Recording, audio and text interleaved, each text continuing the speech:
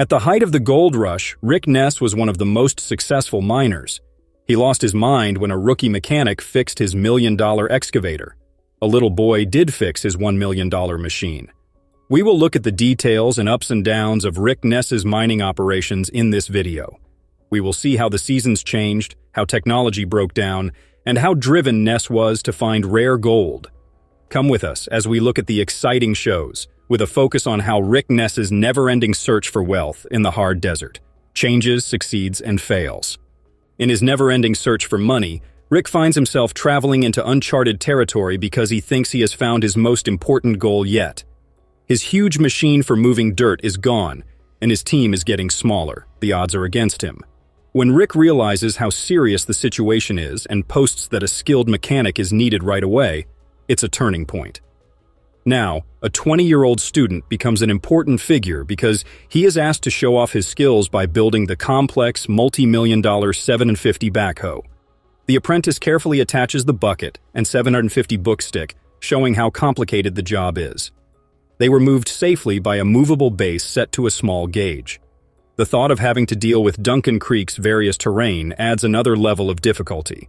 Torsten, the apprentice, changes the tracks expertly by slowly loosening the bolts that hold the chassis in place. He cleverly positions the digger with the help of the boom, showing how creative the team is when things go wrong. The 750's bucket is particularly impressive because it is so big. It's 3 times bigger than the 480's. Time is important for Rick and his team because they work in less than a half week. Their staff is only 4 people, and they don't have a fixed driver. Rick's earlier success, in which he made an average of just over 70 ounces of gold per week, is very different from this situation. The problems that are coming up show how strong, flexible, and determined the team is as they keep going after their huge gold goal.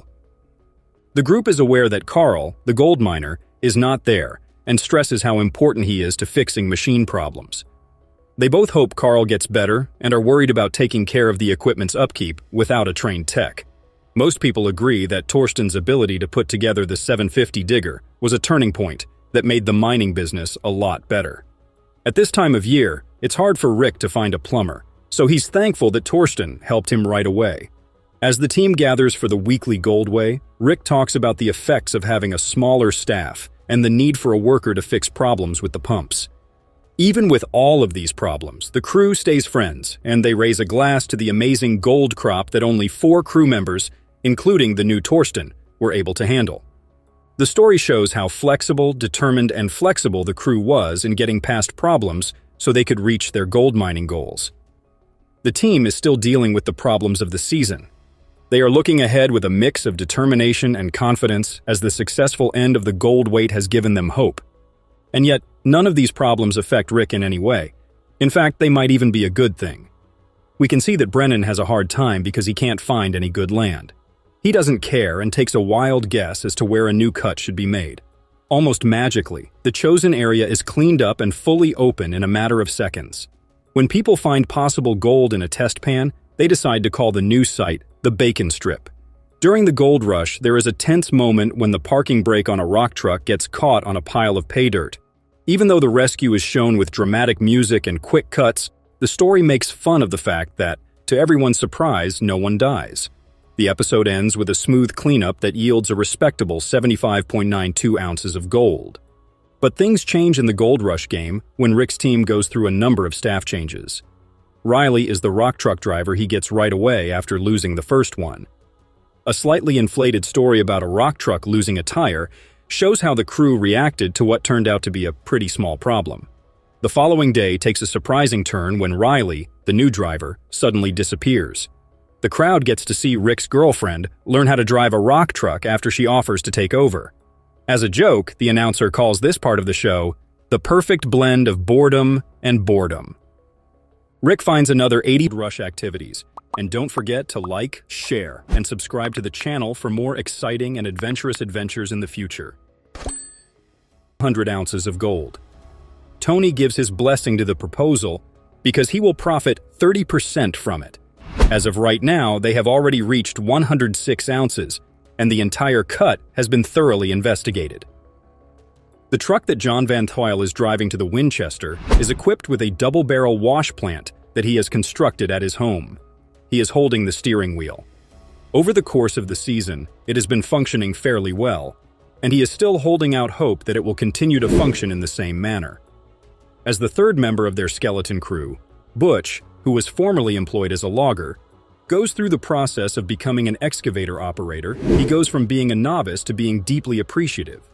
In the midst of his announcement that he is on the final thread of 10,000 yards, the excavator suddenly hits a setback.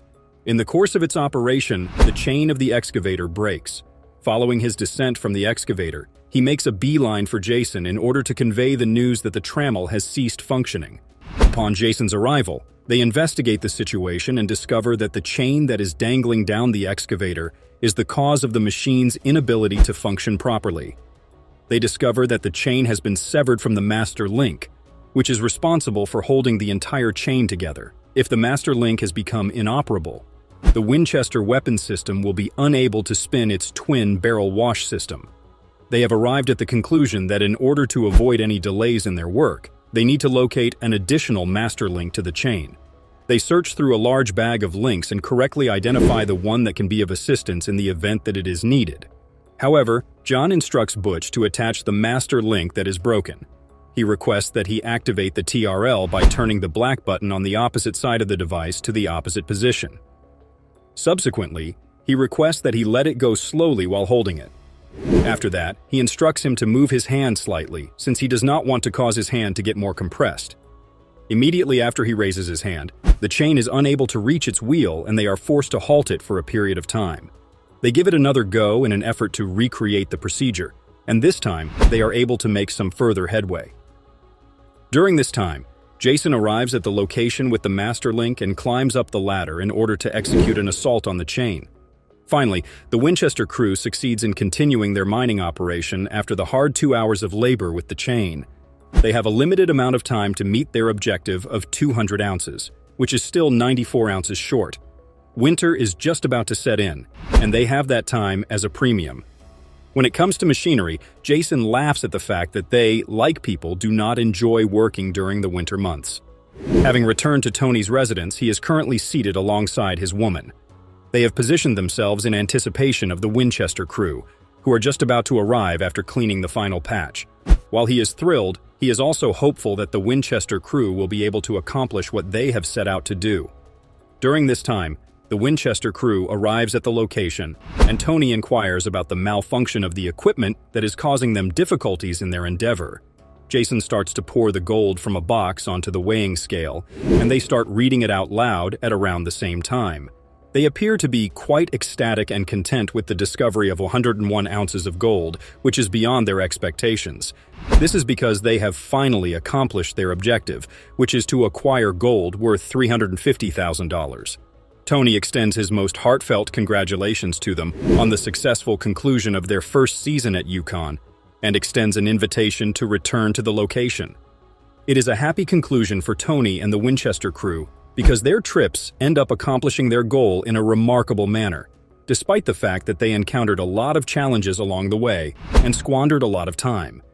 In the comments section, please give your thoughts on these fascinating gold rush activities, and don't forget to like, share, and subscribe to the channel for more exciting and adventurous adventures in the future. Seeking cutting-edge wash plant solutions. This reflects a dedication to improving operational efficiency and maximizing the recovery of gold in his mining activities. But don't get your hopes high. During the inaugural run of Roxana, Parker Schnabel's new wash plant, the crew encountered unforeseen issues that necessitated swift amendments. As the plant processed its initial load of pay dirt, issues like electrical problems and water hose malfunctions arose. Parker remained calm and collected, showcasing his ability to address challenges as they happened. The debut of Roxanne became a testing ground for the team's adaptability and problem-solving skills. Despite the setbacks, Parker's leadership shone through, emphasizing the importance of making real-time adjustments for optimal performance. Refining how Roxanne operates became a crucial part of the plan, highlighting the importance of making sure the wash plant performs at its best. The team, persistent in their efforts to fine-tune, expertly navigated the challenging terrain of gold mining, making smart adjustments along the way. Their unwavering commitment to this fine-tuning process shows how determined Parker Schnabel is to get the most gold with the least effort. This commitment sets the stage for a season filled with exceptional achievements and success in the world of the gold rush. We can look forward to an exciting journey ahead as we watch the team continually strive for excellence and overcome the challenges they face in their quest for gold. The unfolding story promises not just suspense and drama, but also valuable insights into the intricate world of gold mining. The introduction of Roxanne, the latest wash plant, turned out to be a game-changer for Parker Schnabel and his crew, pulling in an impressive 56.85 ounces of gold during its inaugural run with pay dirt. This stellar debut set the tone for a promising start to the season, and Parker's carefully thought-out strategy, coupled with Roxanne's efficiency, hints at the potential for record-breaking gold yields as the season unfolds. The remarkable results from Roxanne's first operation are just the starting point, promising viewers an engaging and exciting season ahead. Parker Schnabel's unwavering determination and willingness to push boundaries in the dynamic gold mining industry are vividly showcased in the creation of Roxanne. This innovative wash plant, meticulously planned and developed over a span of 2 years, reflects Parker's commitment to staying ahead in the ever-changing landscape of gold extraction. Roxanne's success is poised to become a defining element of the season, underscoring Parker's tenacity and strategic approach in his relentless quest for gold. Fans, captivated by Roxanne's journey, eagerly anticipate the unfolding success in gold. He came down to get the treasure. Parker was keen to find out if there was enough gold for them to risk everything. He went to one spot and moved the dirt around, but it needed to be better. He finally found some fine dirt in another part of the cut, which meant there was gold there. Parker chose to go work and come back in 2 days with the crew. But just when it looked like everything was going to plan and they were going to get some gold, something shocked the whole crew. There was a hole in the wall and mud and water were pouring out of it. It was clear that Mother Nature was not on their side that day. The water that they thought they had gotten rid of was back, but this time it was stronger and a bigger problem than the last time. People on the crew didn't think this would happen. The wolf cut could be filled with it again, which would mean a big loss. An excavator hit the side of the pit while digging for pay at the bottom of the cut. This revealed a mine shaft that was full of water, which flooded millions of gallons of water back into the pit and filled the pay grounds. There was nothing wrong with the crew's preparation. They just needed to be more ready. They had one 8-inch pump, but they needed more to get the job done. The second pump was turned on, but it didn't make a big difference. There was still water coming in from all sides. The team lost the battle against the water after they turned on both pumps. They had no choice but to take the pump out of the wash plant. It was such a big choice, though, and Parker should have made the call. The problem was that he wasn't there or answering his phone. They were in a tough spot. The area would flood if they didn't pull the pump from the wash plant to help the other 2 pumps, and they would lose their pay in the wolf cut. It would be hard to believe how much would be lost. Tyler made the tough choice to turn off the wash plant and remove its pump, which doubled their ability to drain. They had to leave the area while the pumps did their thing. In 24 hours, the pumps took away 10 million gallons of water. Parker finally came back, and he was very excited to see the first edit of the wolf cut. Instead, people told him stories about the flood that had happened. Parker's trouble with water was still going on, though. In a different story, he came into contact with water again when his mining ground in the wolf cut was taken over by water. Underwater mine site. Parker was looking for a pay streak in the 4-acre wolf cut on his Alaskan claim. He hoped that it would bring him at least 1,000 ounces this season. The pay dirt was 30 feet below, and the team had to dig out 1,000 yards of extra material to get to it. 4 feet more, and they would be below water. After that, it would be 30 feet before they hit rocks. But things weren't really fine as they seemed at first. The process was going on right next to a pond, and water would be the first thing that would go wrong if something went wrong. Frozen mud was the best option because it kept the water out. Recruit John Baudry was told to deal with the mud and keep the water out, but it looked like the cut was pretty wet, so they... At first, Rick didn't want to set up Monster Red when he got to the last pay stage in Rally Valley. But at the beginning of the show, he has to face the hard truth that he needs to set up Monster Red in order to get to the top pay level. This decision sets the stage for the challenges and wins that will follow. In the episode, Rick is seen handling Monster Red. At first, there are only a few happy shouts and not much else happens. When a brand new hopper feeder appears out of nowhere, the story takes a turn that no one saw coming. It was said that Rick had spent all of his leftover money on updating Monster Red, and buying a new dozer over the winter, so this is even stranger.